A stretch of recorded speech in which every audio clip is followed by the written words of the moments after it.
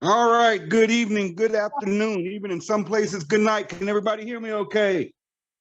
But what I'm going to do this morning is something I haven't done. I've held it really close to my heart. I've held it close to myself. I've been very, very secretive about this. Very few people know my story. I've never told my story.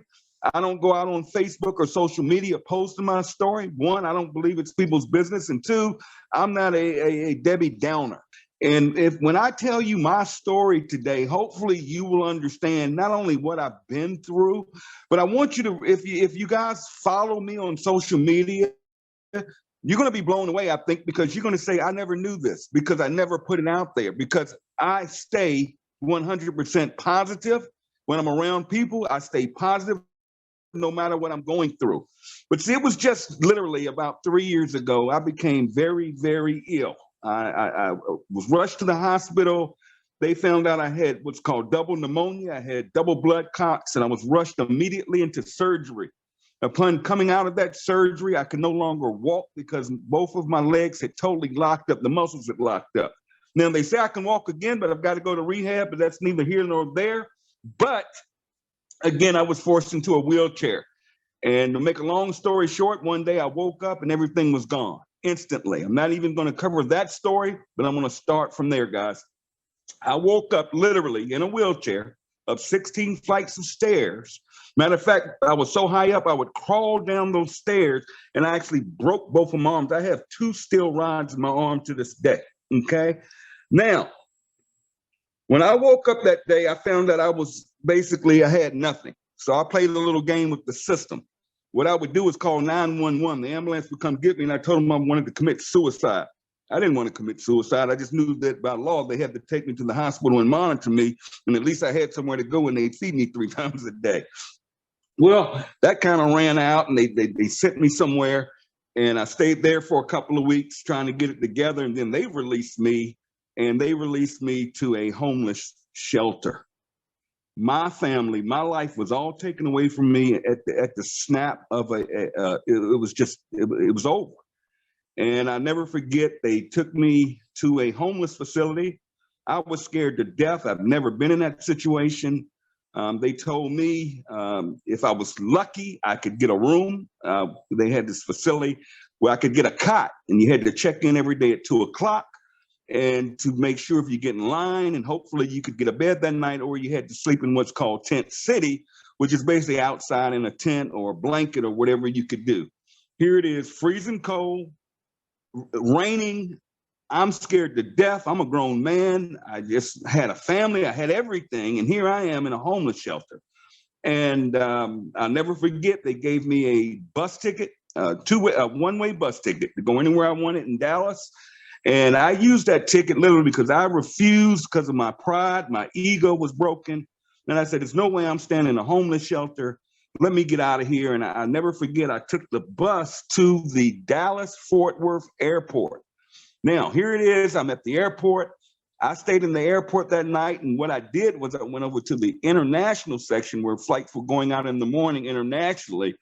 And I met a guy from Korea, a businessman. From what I understand, he's a multi-millionaire, but he didn't have any American money with him. And he was hungry and he wanted something out the vending machine. And I'll never forget, I had about $5 in my pocket. And he wanted to trade me some Korean money for anything I had so he could get him a little something to eat out the vending machine because all the restaurants were closed. It was the middle of the night. And I used here, this is how stupid I am. I gave him my last $5 to get him a little bite to eat when I had absolutely nothing but that ticket. Well, the next morning, the airport literally kicked me out because they knew what I was doing, and I had to go back to that homeless shelter. Long story short, I was homeless. I used to check myself in every day at 2 o'clock. I would get a cot, thankfully. And every morning, they would wake us up at 5 o'clock, and then you had to go, they had this little center, okay? And you could go to the center.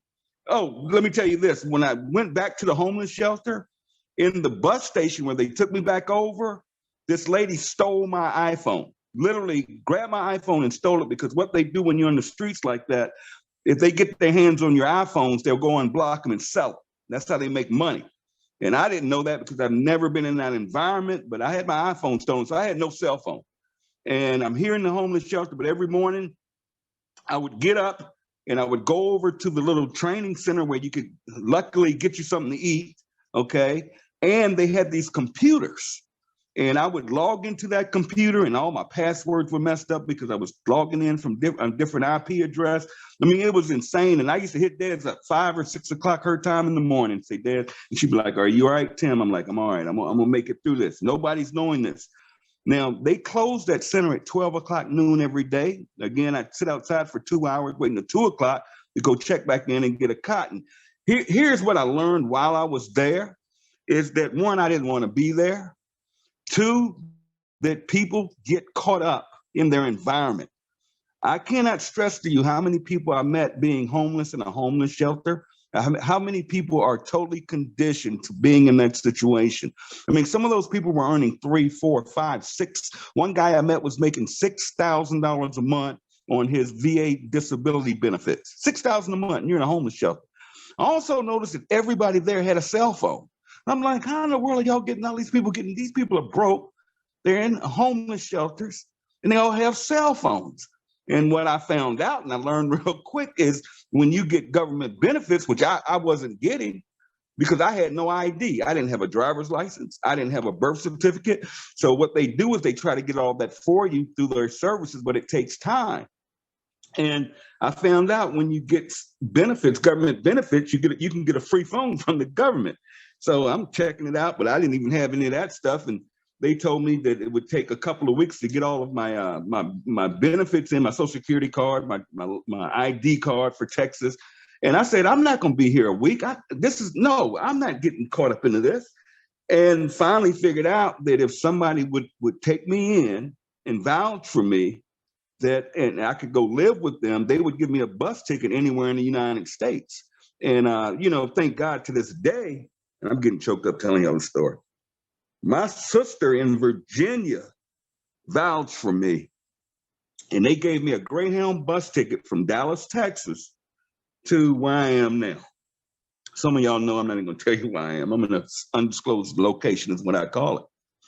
So anyways, that was a mess because I'm in a wheelchair, and a lot of those buses cannot transport you in a wheelchair. So I literally sat in a Greyhound bus station. It took me almost a week to get from Dallas to where I am now. I get to where I am, and I'm living with my sister with nothing but the clothes on my back, no money. My sister, fortunately, went out and got my driver's license where I am. I mean, my ID card. She got me my birth certificate.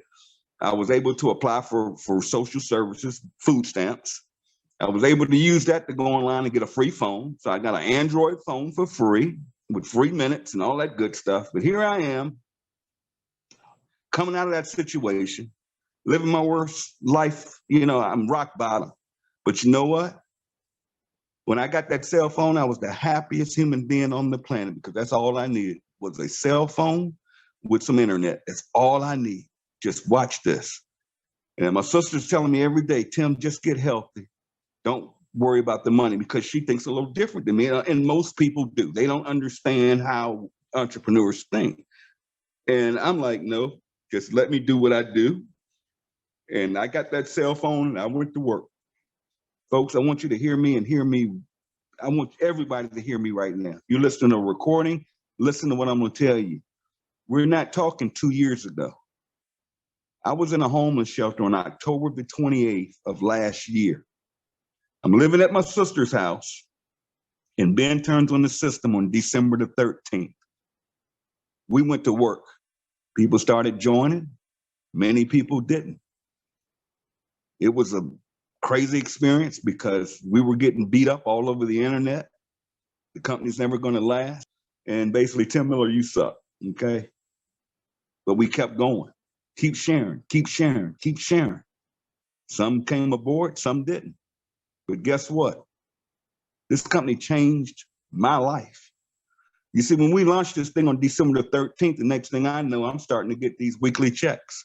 They started out averaging about $1,000 a week. Now I go from homeless to $1,000 a week the first couple of weeks. Because mind you, there's no matrix money.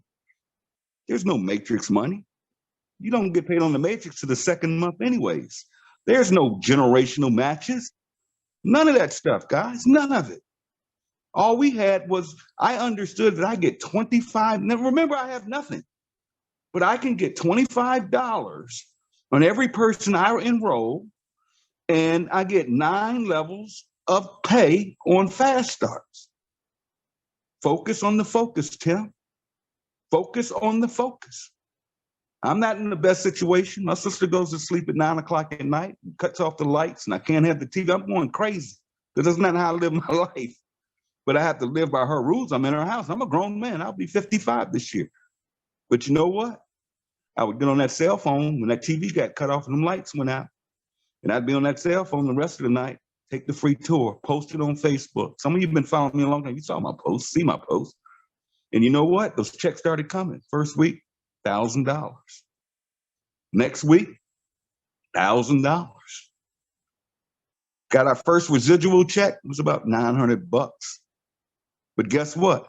I made just enough to move out my sister's house. That was the best feeling in the world. And I literally moved into an extended stay hotel. But I was no longer under her roof. I was on my own. I can eat DoorDash. I can do whatever I have to do. All I need is this Android phone, an internet connection. Leave me alone, get out my way. Take the free tour, posting. For the last 4 months, folks, I have been living in an extended stay hotel. But let me tell you what's happened in 4 months. I've gone from literally homeless to my sister's house to living in an extended hotel.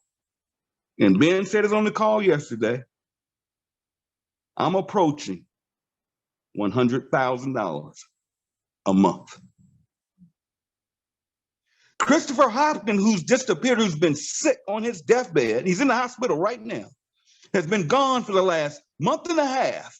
No posting, nothing. The guy posts recipes every day. One of my first distributors. This guy is making an upwards of $20,000 a month from his hospital bed, and we have people out here making excuses you can't get to. See, let me share this with you. The problem is some of us are in positions where we're too comfortable. Listen to me. Some of you all, listen, my voice are too comfortable. You know what I mean by comfortable? You have a home and you got a mortgage or you're paying rent. And as long as you have a job that can cover your necessities, you are what I call comfortable. See, you're stuck in what those people in that homeless shelter were stuck in. They were comfortable. You have to get uncomfortable.